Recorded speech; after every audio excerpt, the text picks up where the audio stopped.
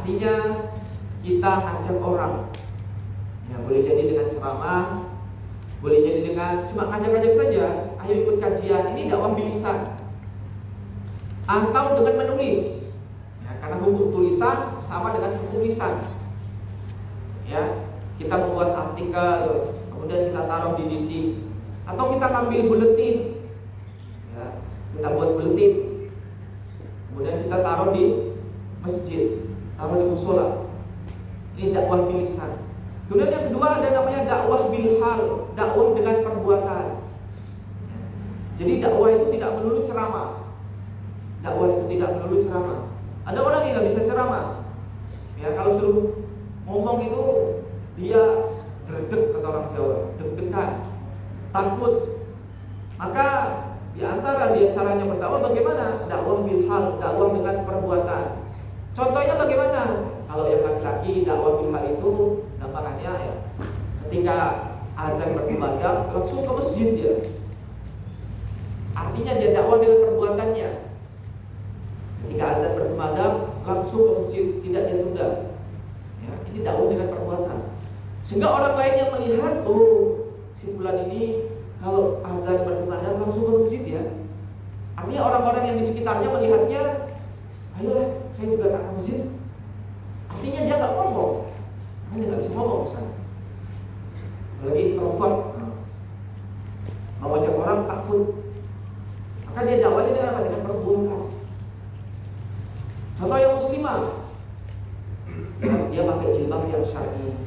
Ya, teman-teman yang belum pakai jilbab atau jilbabnya masih belum syar'i, ya, kemudian tanya-tanya. Ketika dia pakai jilbab yang syar'i, kok kamu pakai jilbabnya lebar sekali ya? Gimana caranya? Panas enggak? Tanya-tanya. Kemudian dikasih tips enggak? Jilbab itu seperti ini, yang syar'i seperti ini. Akhirnya apa?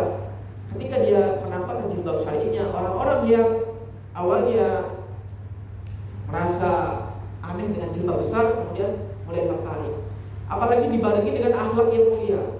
Ketemu temannya, disapa, salam, senyum.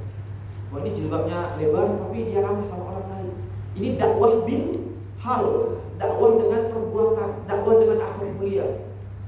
Dan dakwah dengan akhlak mulia ini itu sejatinya lebih lebih terkesan, lebih menancap di hati, ya, lebih menancap di hati. Ya. Sebagai contoh, ada ustaz, ada dai yang ceramah keutamaan sholat jamaah, ayo sholat jamaah ini, sholat jamaah ini keutamaannya ini. Tapi realitanya apa? Dia sholat jamaah sering masbuk. Maka jamaah yang lihat itu ustaz ngomongnya sholat jamaah terus sholat jamaah masbuk. Maka ya kepercayaannya berkurang. Karena apa? Apa yang diucapkan tidak sesuai dengan apa yang dilakukan. Ya. Maka dakwah bilhal ini penting, bahkan lebih masuk daripada dakwah bilisan. Kalau dakwah bilisan, kalau bisa ngomong, ya. Yang penting aplikasinya, prakteknya. Contoh lainnya, ada masjid, ada dua masjid. Sebut saja masjid A sama masjid B. Masjid A, ya, itu banyak kegiatan, ya, banyak kegiatan. Disebutkan kegiatannya ini. Kemudian disebutkan saldonya ya cuma berapa juta, sedikit. Kemudian satu masjid B, sepi kegiatan. Kemudian disebutkan saldonya puluhan juta. Banyak saldo, tapi tidak ada kegiatan. Nah, orang kalau mau infak, mau sedekah, kira-kira pilih masjid A atau masjid B? Tentu masjid A. Kenapa? Karena sudah melihat hasilnya. Oh, kalau saya sedekah di masjid A, saya infak di masjid A, pun kegiatannya nyata ini. Sedangkan di masjid B cuma apa? Untuk donasi saja, tapi tidak ada kegiatan yang nyata. Maka orang itu lebih percaya dengan apa yang dia lihat, timbang cuma sekedar didengar saja. Orang ceramah kan cuma dengar saja, oh ya, dalilnya ini yang benar. Tapi ketika dia melihat realita, apa yang dia dengar beda dengan apa yang dia lihat. Tentu ini menjadi ya berkurang kepercayaan. Maka dakwah bilhal, dakwah dengan sikap itu lebih lebih masuk, lebih berkesan. Maka dari itu teman-teman sekalian yang berada di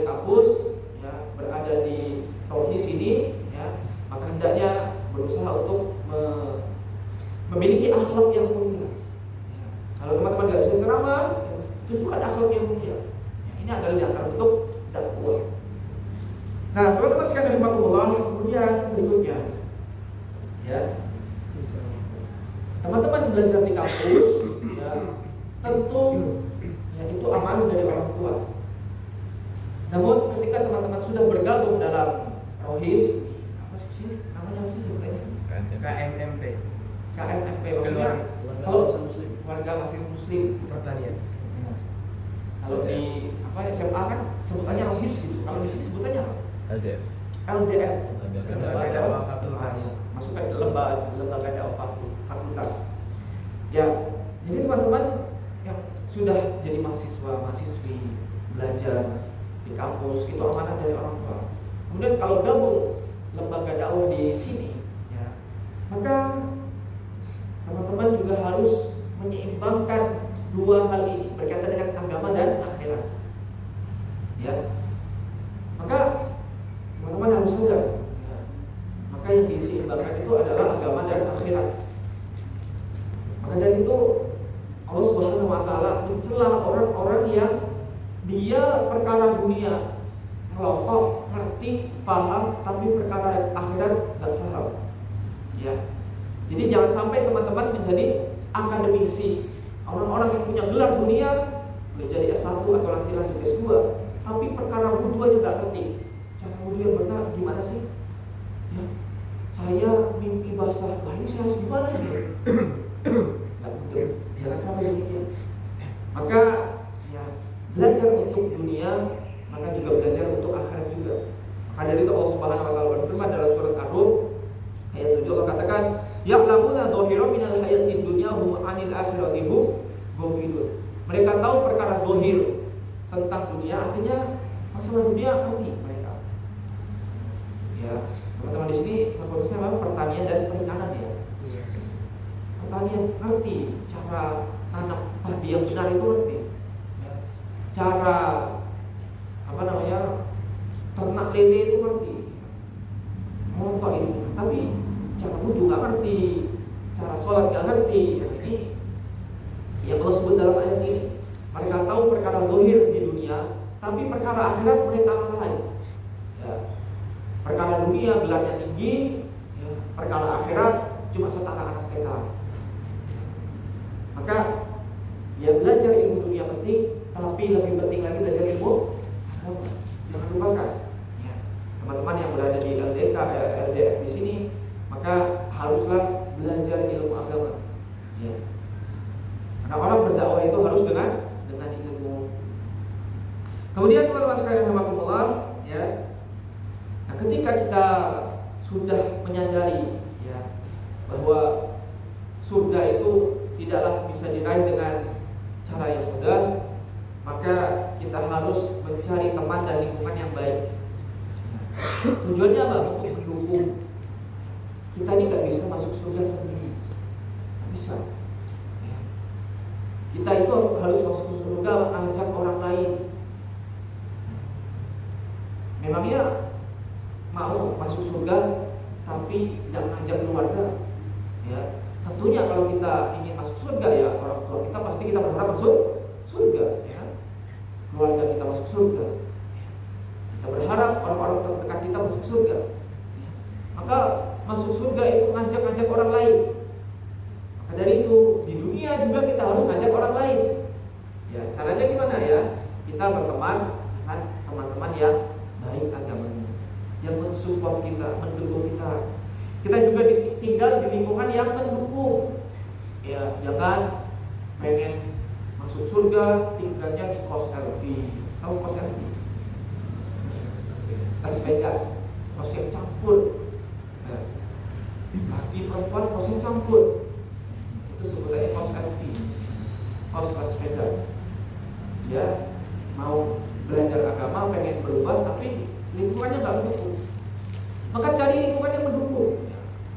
Misalnya laki-laki cari kos-kosan, misalnya wisma muslim. Apalagi di wisma tersebut ada belajar agama, yang muslimah, wisma muslimah, ya. Apalagi ada belajar agama, maka dicari. Ya. Maka ini adalah upaya bagaimana ya kita bisa masuk surga. Kita mencari teman dan lingkungan yang baik. Maka penting bagi kita mencari teman dan lingkungan yang baik. Karena kita tidak bisa masuk surga sendiri. Ya. Dan kita juga gak mau masuk surga sendiri.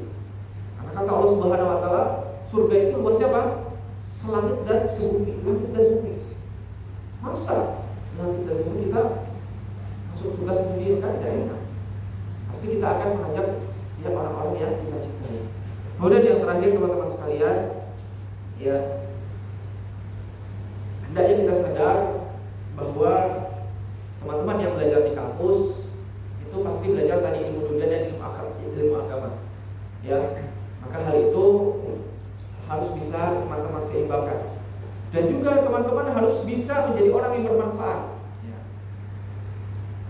Maka kalau teman-teman di kampus ini ya, belajar ilmu dunia plus belajar ilmu akhirat, maka teman-teman bisa memberikan manfaat yang double. Kenapa? Karena bisa memberikan manfaat kepada orang lain berkaitan dengan apa? Dunianya, juga bermanfaat bagi orang lain berkaitan dengan apa? Akhiratnya. Maka dari itu Rasulullah SAW bersabda, khairun nasi anfa'uhum linnas. Sebaik-baik manusia adalah yang paling bermanfaat bagi orang lain. Nah ini kata Rasulullah SAW. Sebaik-baik manusia itu adalah yang paling bermanfaat bagi orang lain. Di sini Rasulullah SAW menyebutkan secara umum bermanfaat bagi orang lain. Baik itu manfaat ilmu dunia ataupun manfaat ilmu akhirat. Kita punya ilmu dunia, ya belajar di pertanian, ya perikanan, atau ilmu dunia. Kita berikan manfaat kepada orang lain. Kita berikan penyuluhan, ya kita berikan bagaimana cara bertani yang baik dan benar, ya berternak ikan yang baik dan benar, bagaimana caranya kita berikan manfaat kepada orang lain, ya. Maka dengan ilmu dunia yang kita miliki, kita bisa memberikan manfaat. Maka dari itu, ya jangan merasa wah buat apa saya belajar di sini? Tidak, jangan. Buat apa saya belajar ilmu dunia? Ya, maka jangan berpikir seperti itu. Maka ilmu dunia yang kita pelajari, kita bisa berikan manfaat kepada orang lain. Apa saja yang belajar di teknik, maka dia bisa memberikan manfaat kepada orang lain. Ya, desain bangunan, ya, bangun gedung. Yang belajar di kedokteran, dia bisa berikan manfaat kepada orang lain. Ya, mengobati pasien, memberikan saran tentang kesehatan. Ya. Maka orang-orang yang belajar ilmu dunia, maka ini bisa memberikan manfaat kepada orang lain dengan ilmu dunianya. Nah juga ya, belajar ilmu agama, kemudian diajarkan kepada orang lain, belajar bahasa Arab, kemudian diajarkan ya, belajar bahasa Arab, ngajarin bahasa Arab kepada orang lain. Dia bisa baca Quran, diajarkan Al-Quran kepada orang lain. Ya, diajarkan Al-Quran kepada orang lain. Maka ini adalah ya, sebaik-baik manusia. Dalam hadis yang lain, ahabbun nasi ilallahi anfa'uhum linnas. Manusia yang paling dicintai Allah Subhanahu wa taala adalah manusia yang paling bermanfaat bagi orang lain. Nah, teman-teman sekalian, rahimahullah, ya, kita harus sadar ya,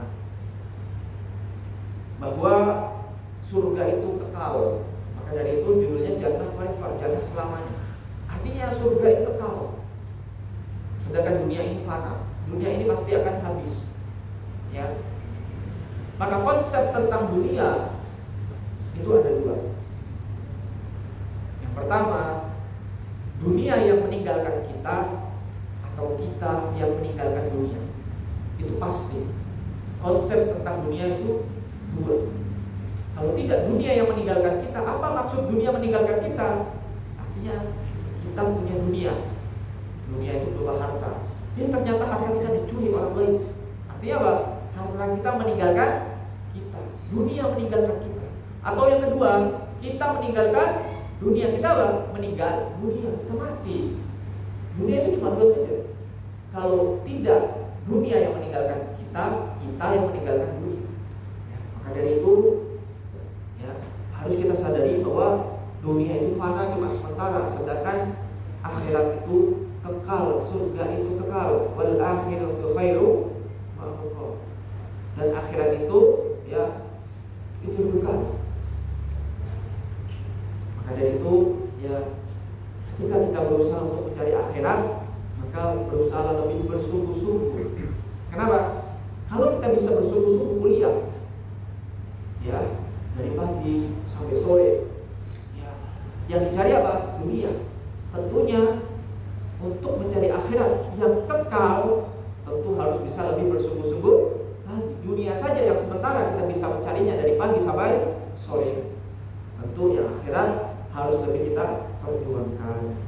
Nah, demikian teman-teman sekalian, materi yang bisa kita sampaikan pada kesempatan sore hari ini. Semoga bermanfaat. Silakan jika ada yang ingin ditanyakan. Silakan, ada yang ditanyakan. Baik, silakan. Untuk saya jawab, kami persilakan saudara-saudara yang ingin bertanya. Yang Ahmad juga bisa menulis ya, menulis pertanyaannya.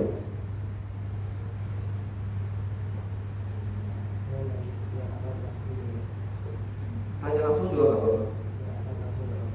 Baik, silakan. Jika ada.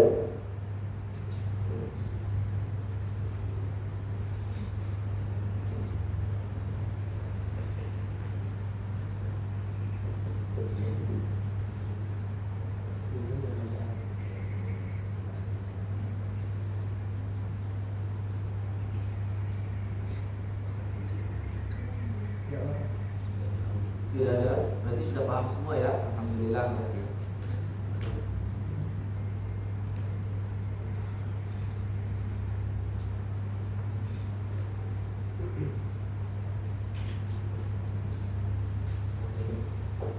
Terima kasih.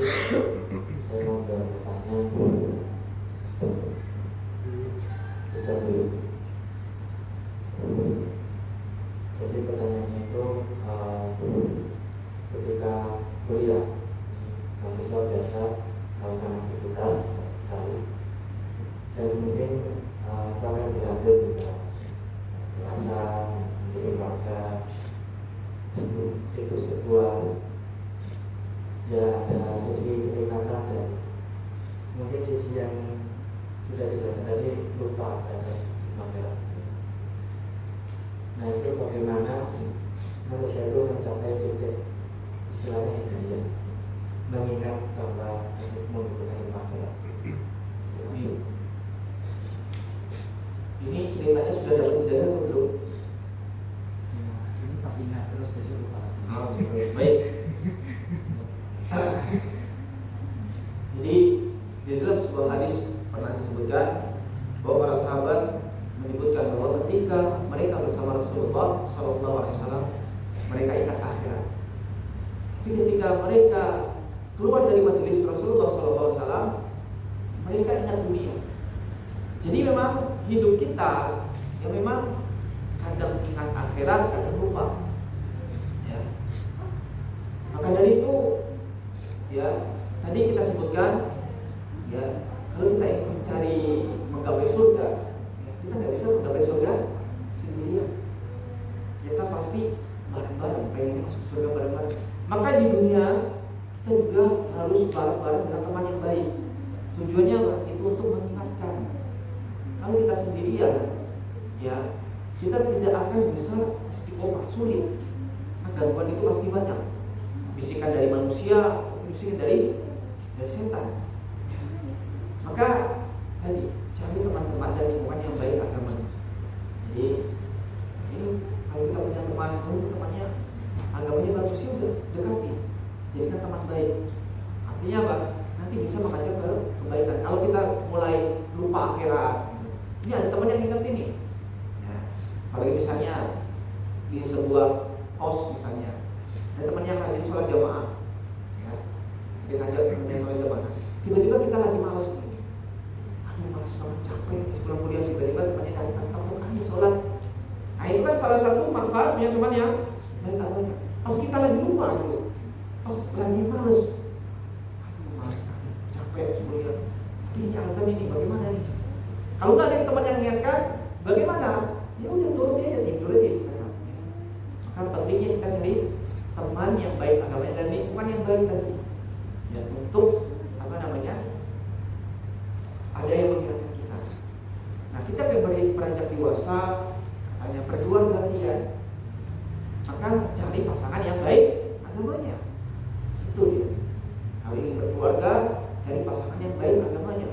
Bukan asal cari pasangan, yang penting cantik, bukan, tapi yang baik agamanya. Kalau yang baik agamanya, maka nanti akan jadi tolongan Allah.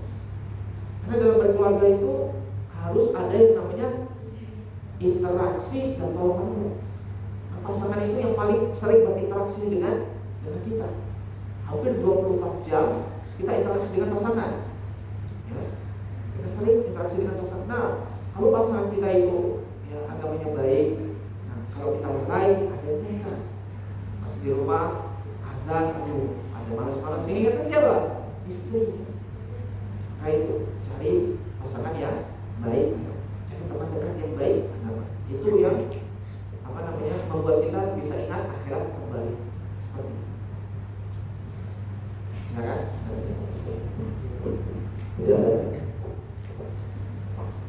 Yang sekali bertanya, di dunia ini kan kita banyak sekali yang godaan setan dan godaan lainnya gitu. Apalagi di perkuliahan ini.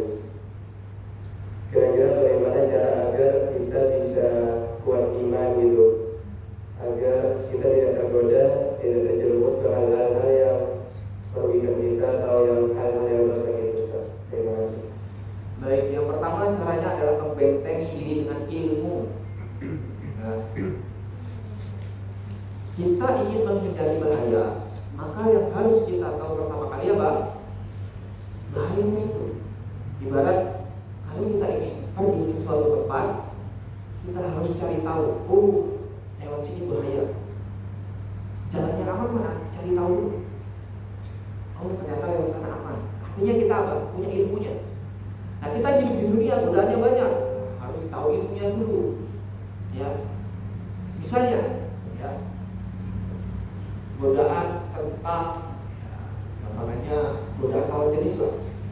Hapuskan interaksinya lawan jenis banyak. Ya kan? Kita harus tahu dulu ilmunya tentang apa. Nggak boleh bersentuhan lawan jenis. Ya, tahu ilmunya dulu. Bersentuhan saja nggak boleh, apalagi lebih dari itu. Nah kita ada yang membentengi diri kita. Yang membentengi diri itu apa? Ilmu. Bagaimana caranya mendapatkan ilmu? Ya belajar. Maka yang harus kita pertama kali caranya adalah membentengi diri dengan ilmu. Ilmu adalah benteng kita. Kalau kita nggak punya ilmunya, ya bebas-bebas saja. Ya, nggak tahu halal, nggak tahu haram, tabrak saja. Orang kenapa minum khamar? Ya, nggak tahu ternyata khamar itu haram. Ya, nggak tahu dampak buruk khamar, ya sudah minum saja, tabrak saja. Ya, yang pertama ilmu, yang kedua, ya tadi ya itu ada teman yang baik, ada teman yang baik, ya, lingkungan yang baik, ya, itu yang mendukung kita untuk mencegah kita dari melakukan hal-hal yang jelek. Ada teman yang mencegah kalau kita mulai kebablasan, mulai kelewatan. Ada teman yang mencegah kita, mengingatkan kita. Maka setidaknya itu adalah dua faktor terbesar untuk mencegah godaan tersebut. Ya, sebagaimana kisah pembunuh 99 nyawa yang dia tanyakan itu adalah siapakah orang yang paling alim, paling berilmu. Artinya dia butuh ilmu. Kemudian yang kedua, orang alim ini memberikan saran, kamu pindah tempat, pindah lingkungan yang ini jelek, lingkungan sana bagus. Setidaknya dari sini ada dua faktor terbesar, ya, agar seseorang itu bisa ya tahan dengan godaan seperti itu. Jadi ilmu, bentengi diri dengan ilmu, kemudian ya punya teman-teman yang baik dan lingkungan yang baik. Seperti itu.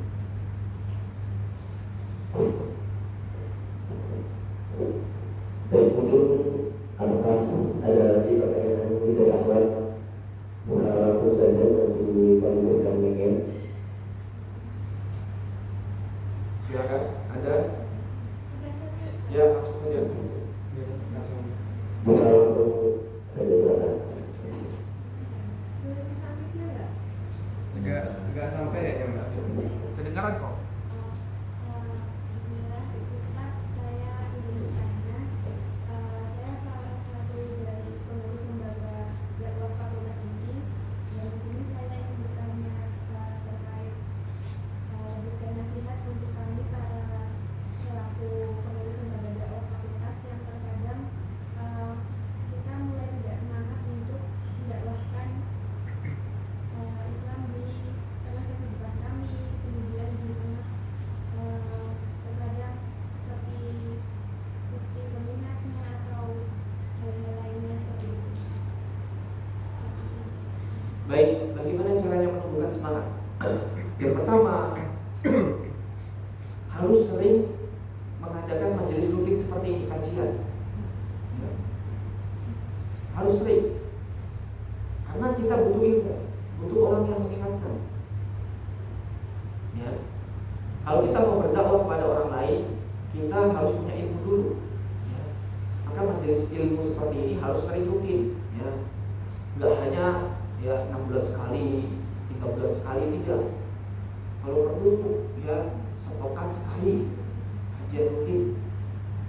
Ya. Nah, kalau kita sudah punya ilmu, ada yang mengingatkan kita, maka majelis ilmu adalah salah satu majelis motivasi. Kemudian yang kedua, ya, kalau kita mengajak kebaikan kepada orang lain, maka jangan dilihat orang lain itu yang kita ajak, ya ini nggak mau, oh ini nggak mau, ini nggak mau, nggak apa-apa. Ya, itu adalah ujian namanya. Sabar dalam berdakwah. Ya, Nabi terdahulu saja ada yang nggak punya pengikut. Artinya apakah dakwahnya gagal? Tidak. Dalam sebuah hadis disebutkan Nabi terdahulu ada yang punya murid, punya pengikut cuma 3 sampai 10 orang. Ada yang cuma 2 orang, ada yang 1 orang, ada yang nggak punya. Kayaknya adalah ujian dalam berdakwah. Kita ngajak orang, memang belum tentu orang itu mau ikut, nggak apa-apa, nggak masalah. Ya, sebagaimana teman-teman ada yang kajian ini yang datang cuma yang laki-laki cuma 4, yang perempuan berapa? Ya, maka ini adalah salah satu bentuk ujian dalam berdakwah. Jadi kita jangan berkecil hati dengan jumlah yang sedikit, ya. Kita ngajak orang, kok yang datang cuma sedikit gitu, ya. Sebagaimana pemateri ngisi kajian, ya. Pemateri ngisi kajian misalnya di sebuah masjid, ternyata yang datang cuma 2 orang, 3 orang, akhirnya putus asa, ya sudah, berhenti saja kajiannya. Tidak demikian. Selama masih ada orang yang mendengar ceramahnya, dia sampaikan, ya. Maka 1 orang atau 2 orang yang dengar ceramah, kemudian ilmunya diamalkan, itu lebih manfaat daripada yang datang 100 orang tapi ya cuma pengen kumpul-kumpul saja, ilmunya nggak diamalkan. Maka lebih bermanfaat yang datang 1-2 orang, tapi yang 1-2 orang ini apa? Serius, ya. Dosen aja kalau ngajar yang datang sedikit ngajar nggak? Ngajar. Karena dosen ya, mau banyak sedikit aja, ya. Karena di antara mahasiswanya itu pasti ada yang ngambil manfaat, ya. Pasti ada yang walaupun cuma 1-2 saja. Maka kalau kita berdakwah, yang kita ajak itu cuma sedikit, yang mau terima cuma sedikit, nggak apa-apa, itu manfaat. Meski cuma 1-2 orang, ya. Maka ini adalah di antara bentuk ujian dalam berdakwah, harus bersabar. Dari dakwah itu tidak mudah memang, tapi pahalanya sangat besar.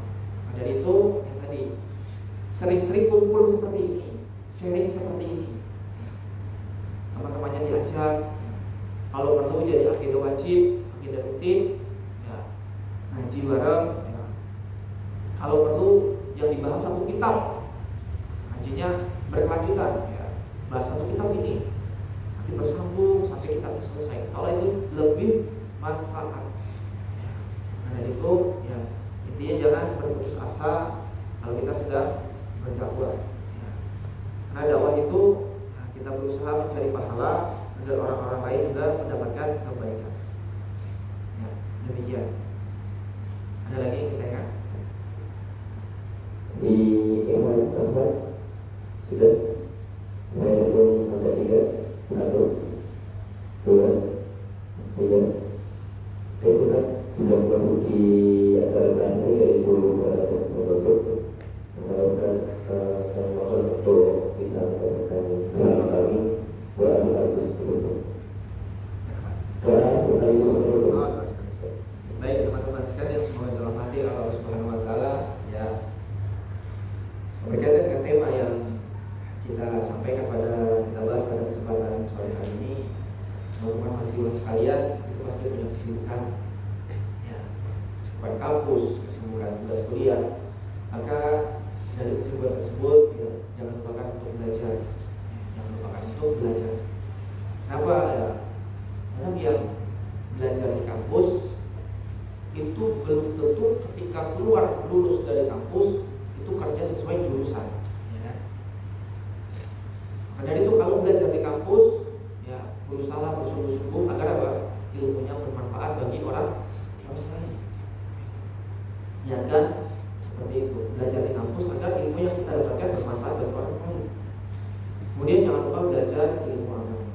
Kenapa? Karena ini adalah modal penting bagi teman-teman LDR, ya, ada fakultas yang mengajak orang lain dalam kebaikan, maka harus punya modal ilmu agama.